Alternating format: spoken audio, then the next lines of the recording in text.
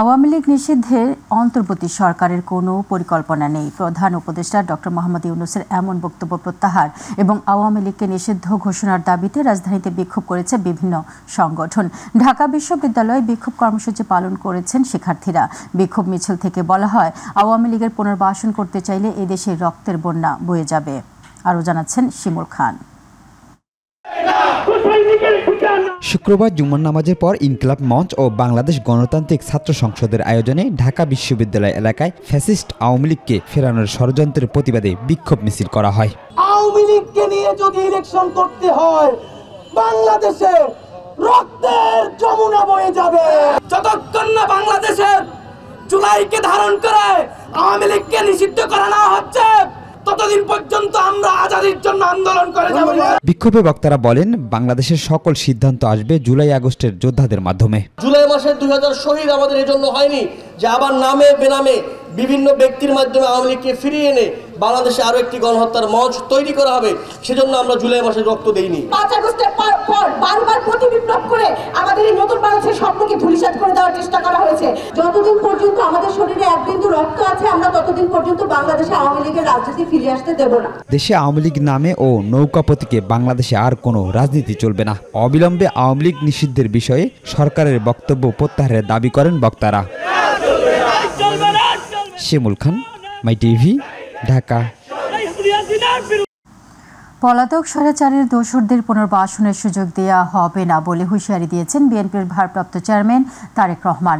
ইস্কাটনের ladies ক্লাবে পেশাজীবীদের সম্মানে ইফতার মাহফিলে ভার্চুয়ালি যুক্ত হয়ে এই কথা জানান তিনি। বর্তমানে সংস্কার ও নির্বাচনকে মুখোমুখি দাঁড় করানো হচ্ছে উল্লেখ করে তারেক রহমান জানান, এটি নিঃসন্দেহে রাজনৈতিক উদ্দেশ্যমূলক। আরও জানাচ্ছেন এসএম আরিফ। রাজধানীর ইস্কাটনের লেডিস ক্লাবে পেশাজীবীদের সম্মানে ইফতার মাহফিলের আয়োজন করে বিএনপি। অনুষ্ঠানে প্রধান অতিথির বক্তব্যে দলটির ভারপ্রাপ্ত চেয়ারম্যান তারেক রহমান জানান, সংস্কার ও নির্বাচনকে মুখোমুখি করে ফেলা হয়েছে। বর্তমানে সংস্কার এবং নির্বাচনকে দৃশ্যত যেভাবে মুখোমুখি করে ফেলা হয়েছে, এটি নিঃসন্দেহে রাজনৈতিক উদ্দেশ্যমূলক। যারা সংস্কার শেষ করার পর জাতীয় নির্বাচন অনুষ্ঠানের কথা বলছেন, তাদেরকে উদ্দেশ্য করে বলতে চাই, যেটি শেষ হয়ে যায় সেটি সংস্কার নয়। তিনি বলেন, জাতীয় নির্বাচনের আগে স্থানীয় নির্বাচন হলে পলাতক স্বৈরাচারের দোসররা পুনর্বাসনের সুযোগ পাবে। দেশের রাজনৈতিক অঙ্গনে গৌণ ইস্যুকে মুখ্য ইস্যু বানাতে গিয়ে নিজেদের অজান্তেই ফ্যাসিবাদী বিরোধী জাতীয় ঐক্যের মধ্যে সংশয় সন্দেহের জন্ম দেওয়া হয়েছে বা হচ্ছে। আমি অন্তর্বর্তীকালীন সরকারের দৃষ্টি আকর্ষণ করে আবারও বলতে চাই, সরকারের এমন কোনো পদক্ষেপ নেওয়া উচিত হবে না যাতে রাষ্ট্র এবং রাজনীতিতে পলাতক স্বৈরাচারের দোসররা পুনর্বাসিত হওয়ার সুযোগ পায়। নাগরিকগণ ক্ষমতাশীল না হলে কোনো সংস্কারই টেকসই হবে না বলেও মন্তব্য করেন তারেক রহমান। নাগরিকগণ রাজনৈতিকভাবে ক্ষমতাশালী না হলে কোনো সংস্কারই কিন্তু টেকসই হবে না। এসএম আরিফ, মাই টিভি, ঢাকা। বিএনপির মহাসচিব মির্জা ফখরুল ইসলাম আলমগীর বলেছেন, আবেগ দিয়ে জনগণের সমস্যার সমাধান সম্ভব নয়, বাস্তবতার ভিত্তিতে এগিয়ে যেতে হবে। গণতন্ত্রে উত্তরণের পথ সুগম করতে সবাইকে দায়িত্বশীল ভূমিকা পালন করতে হবে। ইস্কাটনের লেডিস ক্লাবে পেশাজীবীদের সম্মানে বিএনপি আয়োজিত ইফতার মাহফিলে এই কথা বলেন তিনি বলেন, ক্রান্তিকালীন এই সময়ে ধৈর্য ও সতর্কতার সঙ্গে এগিয়ে যেতে হবে। জনগণ নতুন গণতান্ত্রিক সংসদের প্রত্যাশায় রয়েছে। এই সময় প্রয়োজনীয় সংস্কার শেষ করে দ্রুত নির্বাচনেরও আহ্বান জানান তিনি, কারণ চ্যালেঞ্জ মোকাবেলায় নির্বাচনের বিকল্প নেই। আপনারা সবাই জানেন যে একটা ভয়াবহ ফ্যাসিস্ট সরকারের হাত থেকে ছাত্র জনতার অভ্যুত্থানের মধ্য দিয়ে তাদেরকে পরাজিত করে বিতাড়িত করে আজকে একটা অন্তর্বর্তীকালীন সরকার গঠিত হয়েছে এবং একটা নতুন গণতান্ত্রিক পার্লামেন্ট এবং সরকার গঠিত হবে, সেই প্রত্যাশা নিয়ে গোটা মানুষ, গোটা জনগণ অপেক্ষা করছে। বাংলাদেশে যে উগ্রবাদের যে সূচনা হচ্ছে, পথ দেখা যাচ্ছে, এই ধরনের কোনো উগ্রবাদ আমাদের গণতান্ত্রিক পথকে সম্পূর্ণভাবে বিঘ্নিত করবে। আওয়ামী লীগের অপরাধের বিচার হলে যদি জনগণ রাজনীতি করার সুযোগ দেয় সেক্ষেত্রে বিএনপির কিছু বলার নেই বলে মন্তব্য করেছেন দলটির সিনিয়র যুগ্ম মহাসচিব রুহুল কবির রিজভী আহমেদ। সকালে উত্তরা দক্ষিণখানে ঈদ উপহার বিতরণ অনুষ্ঠানে তিনি এসব কথা বলেন। রিজভী বলেন, আওয়ামী লীগের নেতৃত্বে যে আসবে সে যদি ছাত্র হত্যা, অপরাধ, অর্থ লোপাট ও টাকা পাচার না করে তাহলে সেই আওয়ামী লীগ কেন রাজনীতি করতে পারবে না। তিনি আরও বলেন, আওয়ামী লীগ রাজনীতি করতে পারবে কিনা এমন প্রশ্ন অথচ এই প্রশ্ন উঠছে না যারা গণহত্যা চালিয়েছে তাদের বিচার হবে কিনা, কারা এই কাজ করেছে এটা সবাই দেখেছে।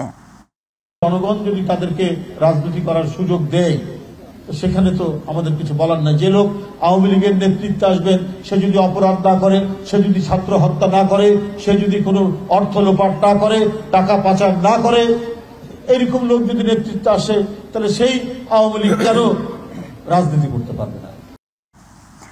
জামায়াতে ইসলামের আমির ডাক্তার শফিকুর রহমান বলেছেন, আওয়ামী লীগের চ্যাপ্টার 36 জুলাই ক্লোজড হয়ে গিয়েছে, নতুন করে ওপেন করার কোনো অবকাশ নেই। শুক্রবার সামাজিক যোগাযোগ মাধ্যমে নিজের ভেরিফাইড অ্যাকাউন্টে দেয়া এক পোস্টের কমেন্টে এই মন্তব্য লিখেন তিনি।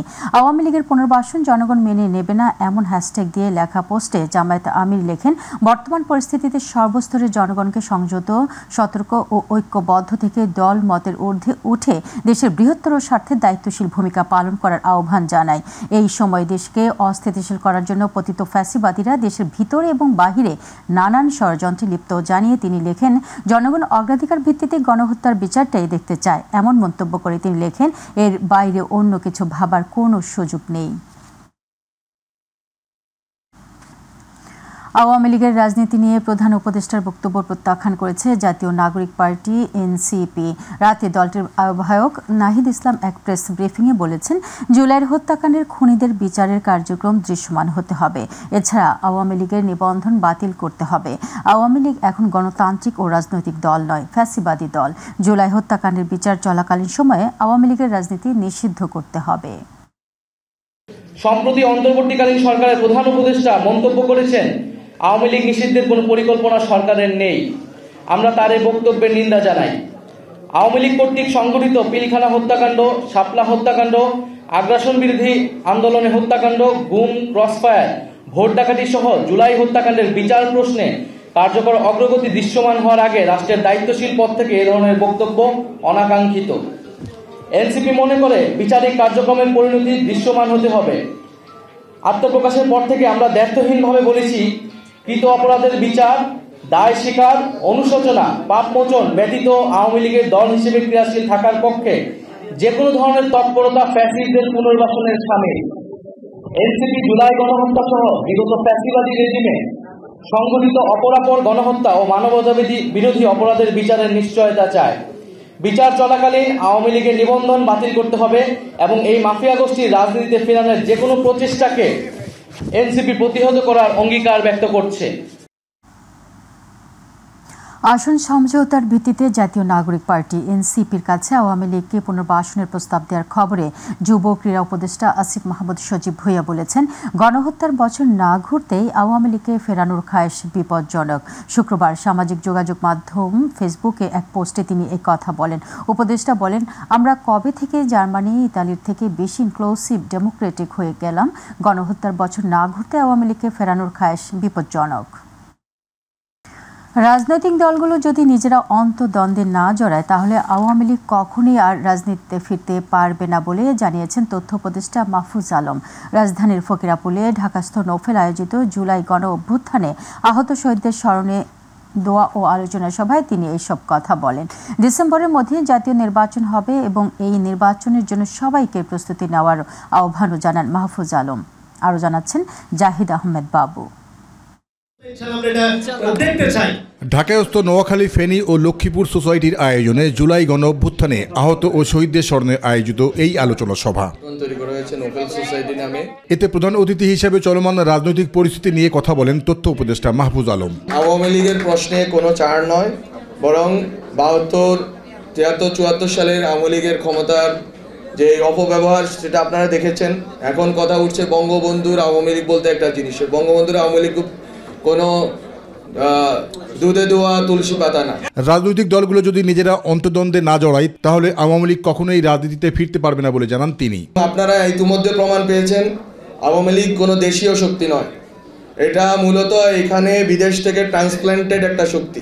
এই নাটাই ধরে রাখা হয়েছে দিল্লিতে আর গুড়ি উড়ে বাংলাদেশে, এই গুড়ি আর এই বাংলাদেশে উঠতে দেওয়া হবে। অন্তর্দ্বন্দ্বে আমরা নিজেরা ব্যস্ত হয়ে যদি আমরা আমাদের শত্রুদের সুযোগ না দিই, আওয়ামী লীগ ফ্যাসিজম আকারে এখানে বাংলাদেশ আর কখনো ফিরে আসতে পারবে না। আওয়ামী লীগ সংস্কার ও বিচারের প্রশ্নে কোনো ছাড় নেই উল্লেখ করে ডিসেম্বরের মধ্যে জাতীয় নির্বাচনের জন্য সবাইকে প্রস্তুতি নেওয়ার আহ্বান জানান মাহফুজ আলম। এটা আমাদের বারবার বলে যেতে হবে যে বঙ্গবন্ধুর আওয়ামী লীগ বলতে কোনো শুদ্ধ সহি শুদ্ধ আওয়ামী লীগ বলতে কিছু নেই। এই বছরের শেষে ডিসেম্বর মাসে একটা টাইমলাইন দেওয়া আছে। এই ডিসেম্বর টাইমলাইনের ভিতরেই নির্বাচন হবে। এই নির্বাচনের জন্য সবাই প্রস্তুতি নিন। জাহিদ আহমেদ বাবু, মাই টিভি, ঢাকা। দেশে আর কোনো ফ্যাসিস্টদের আস্তানা করতে দেওয়া হবে না, আর কোনো ভোট ডাকাতির রাজত্ব কায়েম ও দিনের ভোট রাতে করতে দেওয়া হবে না বলে হুঁশিয়ারি দিয়েছেন অ্যাটর্নি জেনারেল মোহাম্মদ আসাদুজ্জামান। শুক্রবার ঝিনাইদহের শৈলকুপায় নাগরিক সমাজ আয়োজিত ইফতার মাহফিলে প্রধান অতিথির বক্তব্যে তিনি এই হুঁশিয়ারি দেন। স্বৈরাচার আওয়ামী লীগের সময়েও আওয়ামী লীগের অনেক নেতাকর্মী বিভক্ষ অবস্থায় থেকেছে, আর শেখ পরিবারের অনেকে হাজার কোটি টাকার মালিক হয়েছে জানিয়ে অ্যাটর্নি বলেন, বাংলাদেশের প্রথমবারের মতো কোনো প্রধানমন্ত্রী তার নেতাকর্মীদের বিপদের মুখে রেখে নিজের পরিবারের সদস্যদের নিয়ে পালিয়েছে। এই বাংলাদেশে আর কোনো প্রার্থী ভোট দিতে যে নিজেই ভোট দিতে আজ যে আতঙ্কগ্রস্ত থাকবে না, এটা আমাদের অঙ্গীকার। আমরা সেই অঙ্গীকার বাস্তবায়ন করতে যে আপনাদেরকে পাশে চেয়েছি, আপনাদের সহযোগিতা চেয়েছি, আপনাদেরকে অতন্ত্র প্রহরীর মতো যে যেখানে আছেন সেখান থেকে দায়িত্ব পালন করবেন সেই প্রত্যাশা ব্যক্ত করছি। আওয়ামী লীগ নিষিদ্ধের বিরোধিতা করে জাতীয় পার্টির চেয়ারম্যান জিএম কাদের বলেছেন, আওয়ামী লীগ নিষিদ্ধের পক্ষে নয় তার দল। শুক্রবার বিকেলে রংপুর নগরের সেনপাড়ায় নিজ বাসভবন দ্য স্কাই ভিউতে সাংবাদিকদের প্রশ্নের জবাবে তিনি এই কথা বলেন। তিনি বলেন, যারা অপরাধ করেছে তারা দোষী হতে পারে, দল নয়। জিএম কাদের বলেন, বর্তমানে শেখ হাসিনার আমলের মতো বিশাল অঙ্কের জনসংখ্যাকে বাইরে রেখে ফ্যাসিবাদী কায়দায় আগামী নির্বাচনের পায়তারা চলছে, যা কখনো গ্রহণযোগ্য হবে না। নিষেধের পক্ষে নই আমরা। আওয়ামী লীগ একটি দলের ভিতরে যারা বাস করছে বা তারা খারাপ হতে পারে। আওয়ামী লীগ একটা গাড়ি, তার ড্রাইভার খারাপ হতে পারে, গাড়িটা তো খারাপ না। কাজে এগুলো জিনিস বুঝতে হবে। তো এগুলো না বুঝে দেশের একটা বিশাল অঙ্কের জনসংখ্যাকে বাইরে রেখে আমি আমার ইচ্ছা মতো যেটা হাসিনা করতে চেয়েছিল, এই হাসিনার ফ্যাসিবাদী এখন আবার দেখছি যে অর্ধেক লোককে বাদ দিয়ে ইলেকশন করবে জোর করে, এবং জোর করে আমাদেরকে নিয়ে আসবে, কাউকে জোর করে বাদ দেবে। এনারা এখন জোর করে আমাদের বাদ দিয়ে জোর করে ইলেকশন করবে। এই ইলেকশন গ্রহণযোগ্য হবে না। এই ইলেকশনে দেশে কোনো স্থিতিশীলতা আসবে না এবং দেশ আরও সামনের দিকে সংঘাতময় দুর্যোগপূর্ণ অবস্থা চলে যাবে। এবার বাজার ও ঈদ যাত্রা প্রসঙ্গ। রমজানের আগে অস্থিতিশীল থাকলেও এখন নিত্যপণ্যের বাজার স্থিতিশীল, ফলে স্বস্তি প্রকাশ করেছে সাধারণ ক্রেতারা। যদিও চালের দাম এখনও ঊর্ধ্বমুখী, ব্রয়লার মুরগির দাম বেড়েছে কিছুটা, তবে সংকট কেটেছে ভোজ্য তেলের। সংশ্লিষ্ট কর্তৃপক্ষের তদারকি অব্যাহত রাখার পরামর্শ ভোক্তাদের। আরও জানাচ্ছেন শিমুল খান। অতীতের রমজান মাস শুরু হলেই নিত্যপণ্যের বাজার মূল্য থাকত ঊর্ধ্বমুখী, তবে এবার চিত্র ভিন্ন। মাসের শুরুতে কিছুটা দাম বাড়লেও এখন স্থিতিশীল কাঁচা বাজার। মৌসুমের নতুন সবজি ঢেঁড়স এবং পটল ছাড়া প্রায় সব সবজির দাম 40 থেকে 50 টাকার মধ্যে। যদিও লেবুর হালি এখনও 80 থেকে 100 টাকা। মোটামুটি সবজির দাম এখন কমে আছে, লেবুর দামটা একটু বেশি, 80 টাকা হালি, 100 টাকা হালি। আদা, রসুন, পেঁয়াজ, আলু এগুলো কমে গেছে একদম। তেল এখন মোটামুটি সবই পাইতেছি, সব কোম্পানি দিতেছে। সব ধরনের মাছের বাজার গেল সপ্তাহের মতোই, বাড়েনি মাংসের দামও। এখন তো 750, 720, 30, 700 এরকমই এখন চলতে আছে। সামনে আসলে দাম বেশি আনবো, 50টা বাড়তে পারে। বর্তমান হিসাবে রোজার তুলনায় সব মাছের দাম হিসাবে কম আছে। তবে ব্রয়লার মুরগির দাম কেজিতে বেড়েছে 10 থেকে 20 টাকা। অপরিবর্তিত রয়েছে অন্য মুরগির দাম। ছোট মুরগি ধরছে 215 টাকা, বড় মুরগির লেট ধরছে 195 টাকা। তাহলে 220 টাকার নিচে এই মুরগি কিভাবে বিক্রি করবো?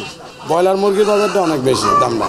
ভোজ্য তেলের সংকট কাটায় স্বস্তি ফিরলেও চালের বাজারে ক্রমাগত ঊর্ধ্বমুখী হওয়ায় বিপাকে ক্রেতারা। এটা বাড়ার কারণ হলো সামনে বৈশাখ মাস, নতুন চাল আসবো, সেই হিসাবেও কিছু বাড়তে পারে, আবার হয়েছে যারা মজুদদার তাদেরও কিছু কাজ সাজিয়েছে। আমরা বেশ সাশ্রয়ী মূল্যে সব কিছু কিনতে পারতেছি। তেলের যে সংকট ছিল তেল এখন পাওয়া যাচ্ছে। জোরদার তদারকির মাধ্যমে ভোক্তা বান্ধব বাজার দেখতে চান সবাই। শিমুল খান, মাই টিভি, ঢাকা। ঈদ উল ফিতর সামনে রেখে বাজারে বিক্রি বেড়েছে লাচ্ছা সেমাই, গরুর দুধ, বাদাম, চিনি সহ বিভিন্ন নিত্য প্রয়োজনীয় দ্রব্যের। তবে গতানুগতিকভাবে বাড়েনি দ্রব্যমূল্যের দাম। এছাড়া স্বস্তি রয়েছে মশলার বাজারেও। এতে খুশি বাজারে আসা ক্রেতারা। আফজাল হোসেনের রিপোর্টে বিস্তারিত। ঈদের সকালে ঈদগাহে যাওয়ার আগে মিষ্টি মুখ করা এবং অতিথিদের মিষ্টি পরিবেশন করা বাঙালির দীর্ঘদিনের ঐতিহ্য। তাই ঈদ বাজারের তালিকায় বাড়তি গুরুত্ব পায় লাচ্ছা সেমাই সহ বিভিন্ন মিষ্টান্ন দ্রব্য। বাজার নিয়ে আমরা 100% খুশি আছি। ডাক্তার ইউনুসকে ধন্যবাদ জানাই যে বিগত 15 বছরের ভিতরে আমরা যে জিনিসে এত কম দামে পাইনি। এটা অবশ্যই ধন্যবাদ জানাই বর্তমান সরকারকে। আমরা চাই এই সরকার কন্টিনিউ করুক এবং আমরা সর্বতোদি হেল্প করতে চাই। আমরা বাবার সাথে আসছি, সেমাই কিনবো, সেমাই কিনে ঈদের দিন রান্না করে খাবো। স্বরাষ্ট্রমন্ত্রী আসাদুজ্জামান কামাল তার নেতৃত্বে এলাকায় যে কোনো ক্ষেত্রে দাম বাড়ছে এবং সব কিছুরই পণ্য সবসময় বাড়ায় রাখছে। কিন্তু এইবার আমরা খুব কম দামে পাচ্ছি এবং সবাই খুব ভালোভাবে চলতে পারতেছি। দোকানিরা বলছেন বরাবরের মতো এবার বাড়তি দাম নেই। এছাড়া সব পণ্যের পর্যাপ্ত সরবরাহ রয়েছে। গত বছর হিসাবে এবারে বর্তমান বাজারের দাম অনেক কম। গত বছর সাদা লাচ্ছি সেমাই বিক্রি করতাম 220 টাকা, এবার এখন 160 টাকা করে। আর লাল কালারিং যেটা ওইটা ছিল 250 টাকার কাছাকাছি, এখন ছিল 180 টাকা হয়েছে। বাজারে সরবরাহ ভালো, গতবার আছে অনেক ভালো এবার। কারণ গতবার আপনার চিনির দাম বেশি ছিল, ছোলার দাম বেশি ছিল, সব কিছুর দাম গতবার আছে, এবার অনেক কিছু দাম কম। শুধু কাঠবাদামের দাম বাড়ছে, কাজু বাদাম আগের থেকে 20 টাকা 30 টাকা কমছে কেজি থেকে। গেল বছর যে চিনি 160 টাকা কেজি বিক্রয় হয়েছে তা এবার মিলছে 120 টাকায়। গেল বছরের 210 টাকার খোলা সেমাই এবার কেজিতে 50 টাকা কম। এছাড়া বাদাম, গুঁড়ো দুধ, মশলা সহ মূল্য কমেছে প্রায় সব পণ্যের। প্রতি বছর ঈদ আসে আর পরিবারে কর্তার কপালে চিন্তার ভাঁজ ফেলে বাজার মূল্য। তবে 2 দশকের সেই মিথ যেন এবার ভাঙতে শুরু করেছে। বাজারে ক্রেতারা আসছেন আর স্বস্তিতে পণ্য কিনে ফিরে যাচ্ছেন নিজ পরিবারের মাঝে। এ যেন অবিশ্বাস্য এক বাজার মূল্য দেখছেন বাজারে আসা ক্রেতারা। আফজাল হোসেন, মাই টিভি, ঢাকা। ঈদ এলেই ঘরে ফেরার যুদ্ধে বাস বা ট্রেনের টিকিট সংগ্রহ যেন এক চিরাচরিত যুদ্ধ। তবে এবার সেই যুদ্ধের চিত্রটা একটু অন্যরকম। ট্রেনের শতভাগ টিকিট অনলাইনে বিক্রি হওয়ায় কমলাপুর স্টেশনে ছিল না ভিড়। আর বাসের টিকিটও অনলাইন এবং সরাসরি 2 ভাবে কাটার সুযোগ থাকায় তেমন উপচে পড়া ভিড় নেই। এদিকে শেষ মুহূর্তের ভিড় বার্তা এড়াতে এখনই পরিবারের নারী ও শিশুদের আগেই পাঠিয়ে দিচ্ছেন বাড়িতে। বিস্তারিত মিফতাহ গালিবের রিপোর্টে। আগামী 28 মার্চ থেকে ঈদ উল ফিতরের টানা 9 দিনের ছুটিতে অনেকটাই ফাঁকা হয়ে যাবে রাজধানী ঢাকা। এরই মধ্যে শতভাগ অনলাইনে টিকিট বিক্রি শেষ হয়েছে ঈদযাত্রার ট্রেন টিকিট। যদিও টিকিট ছাড়ার আধা ঘন্টার মধ্যেই সব টিকিট বিক্রি শেষ হওয়ায় প্রশ্নও আছে অনেক। দূরপাল্লার বাসে প্রতিবারের মতো এবারও অনলাইন এবং সরাসরি টিকিট কাটার সুযোগ থাকছে। বাড়তি চাপ এড়াতে অনলাইনে টিকিট সংগ্রহ করলেও অনেকে পড়ছেন ভোগান্তিতে। এসিতে আমি একটা টিকিট পেলাম, আমার ফ্যামিলির সদস্য 3 জন, তো হচ্ছে না। পরে আমি শোভন চেয়ারে 3টে টিকিট পেয়েছি। তখন আমি এসিটা আমি রিফান্ড করতে চাইলাম, কিন্তু এখানে অ্যাপসে লেখা আসে this ticket is not refundable. এদিকে ঈদযাত্রার ভোগান্তি এড়াতেই এরই মাঝে আগাম গ্রামে ফিরতে শুরু করেছেন পরিবারের নারী এবং শিশুরা। আমরা অনেক ইজিলি টিকিট পেয়ে গেছি, আমরা নগদে কেটেছি, এখানে এসে কেটেছি। কিন্তু যত ঈদ ঘনিয়ে আসবে দেখা যাবে যে ব্ল্যাকের টিকিট বিক্রি হবে, তো ওইটার দিকে একটু খেয়াল রাখতে হবে। কারণ সবাই তো ঈদে বাড়ি যেতে চায়, কারণ ঈদের বন্ধটা আমাদের বাংলাদেশে অনেক বড় একটা ফেস্টিভ্যাল, তো ওই দিকটাও একটু খেয়াল রাখতে হবে। তো আমার কাছে মনে হয় যে টিকিটের ব্যাপারটা আর নিরাপত্তার ব্যাপারটা এই দুটো জোরদার করলে আমাদের ঈদযাত্রাটা অনেকটা সহজ হবে। বাড়তি ভাড়ার ব্যাপারে খুব একটা আগ্রহ না কখনোই এই পরিবহনগুলো। সরকারি রেট অনুযায়ী যে ভাড়াটা আমরা তার থেকেও কম দিই। প্যাসেঞ্জার সেজে কয়জন উঠে একদম পুরো বাসে সবাইকে একরকমের চিন্তাই করি। সেই বাসে আমার হাজব্যান্ড ছিল, ঠিক আছে। তো এরকমের সিচুয়েশনের হয়, তো এইরকম সিচুয়েশনটা এড়ানোর জন্য, অ্যাভয়েড করার জন্য আমার মনে হয় যে বাসে এভাবে থামায় প্যাসেঞ্জার উঠানোর ক্ষেত্রে আরও সচেতন হওয়া উচিত। এবছর ব্ল্যাক এবং কালোবাজারিদের রুখতে নজরদারি অব্যাহত রেখেছে আইনশৃঙ্খলা বাহিনী। মিফতাহ গালিব, মাই টিভি, ঢাকা। পটুয়াখালীর ধুমকিতে জুলাই আগস্ট আন্দোলনে এক শহীদের মেয়েকে সংঘবদ্ধ ধর্ষণের ঘটনায় মূল হোতা সিফাত মুন্সিকে গ্রেফতার করেছে গোয়েন্দা পুলিশ। সকালে পিরোজপুর জেলার নাজিপুর থানা এলাকা হতে তাকে গ্রেফতার করা হয়। পুলিশ জানায়, গত বুধবার ভুক্তভোগীর করা অভিযোগ আমলে নিয়ে এলাকায় অভিযান চালিয়ে প্রথমে সাকিব মুন্সিকে গ্রেফতার করা হয়। সিফাত এলাকা থেকে পালিয়ে গেলেও তথ্য প্রযুক্তির সহায়তায় তাকে পিরোজপুর জেলা থেকে গ্রেফতার করতে সক্ষম হয় গোয়েন্দা পুলিশ। পটুয়াখালী ডিবির একাধিক টিম বিভিন্ন এলাকায় অভিযান চালিয়ে অবশেষে পিরোজপুর থেকে সিফাতকে গ্রেফতার করেন বলে জানান পুলিশ সুপার আনোয়ার জাহিদ। এর প্রেক্ষিতে আমরা আরও এটার সঙ্গে জড়িত যে মূল সিফাত মুন্সি, তাকে গতকাল আমাদের টিম ডিবি টিম এএসপি আমাদের বাউফল সার্কেলের নেতৃত্বে পিরোজপুরের নাজিরপুর থানার মালাকাল ইউনিয়ন থেকে আমরা তাকে গ্রেপ্তার করে নিয়ে আসি। ফিলিস্তিনে ইসরায়েলি বর্বর হামলার প্রতিবাদে জানিয়ে ঢাকার বিভিন্ন স্থানে বিক্ষোভ করেছে হেফাজতে ইসলাম সহ বিভিন্ন সংগঠন। জুমার নামাজের পর জাতীয় মসজিদের উত্তর গেটে এক সমাবেশে হেফাজতে ইসলামের নেতারা অবিলম্বে ফিলিস্তিনে হামলা বন্ধের দাবি জানান। এ সময় ভারতকে ইসরায়েলের বন্ধু হিসেবে উল্লেখ করেন তারা। আফজাল হোসেনের রিপোর্টে বিস্তারিত। রমজান মাসে নিরীহ ফিলিস্তিনিদের ওপর ইসরায়েলের নির্বিচার হামলার প্রতিবাদে তীব্র বিক্ষোভ হয়েছে ঢাকার বিভিন্ন স্থানে। এসব বিক্ষোভ থেকে ইসরায়েলের হামলা বন্ধ ও দেশটির প্রধানমন্ত্রী বেনিয়ামিন নেতানিয়াহুর বিচার দাবি করা হয়। ইসরায়েলের নেতানিয়াহু, ভারতের মোদি আর বাংলাদেশের হাসিনা, এই তিনজন একই সূত্রে গাঁথা, তার মধ্যে কোনো পার্থক্য নাই। মুসলিম রাষ্ট্রপ্রধানদেরকে বলবো, আপনারা ইসরায়েলের বিরুদ্ধে জিহাদের ডাক দেন, বিশ্ব মুসলিম আপনাদের সঙ্গে প্রস্তুত। বিক্ষোভ থেকে ভারতকে ইসরায়েলের দোসর হিসেবে উল্লেখ করা হয়। এ সময় ইসরায়েলি পণ্য বর্জনের ডাক দেন হেফাজত নেতারা। এছাড়া বাংলাদেশের পাসপোর্টে এক্সেপ্ট ইসরায়েল লেখাটি ফিরিয়ে আনার দাবি জানান তারা। আবার জাতীয় পাসপোর্টের মধ্যে এক্সেপ্ট ইসরায়েল লেখাকে আবার পুনর্বহাল করবার জোর দাবি জানায়। আপনারা আন্তর্জাতিক বিশ্বকে আহ্বান করেন, উদ্যোগ গ্রহণ করুন।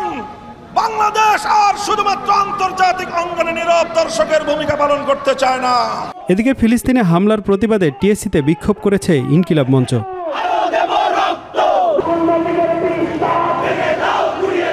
আফজাল হোসাইন, মাই টিভি, ঢাকা।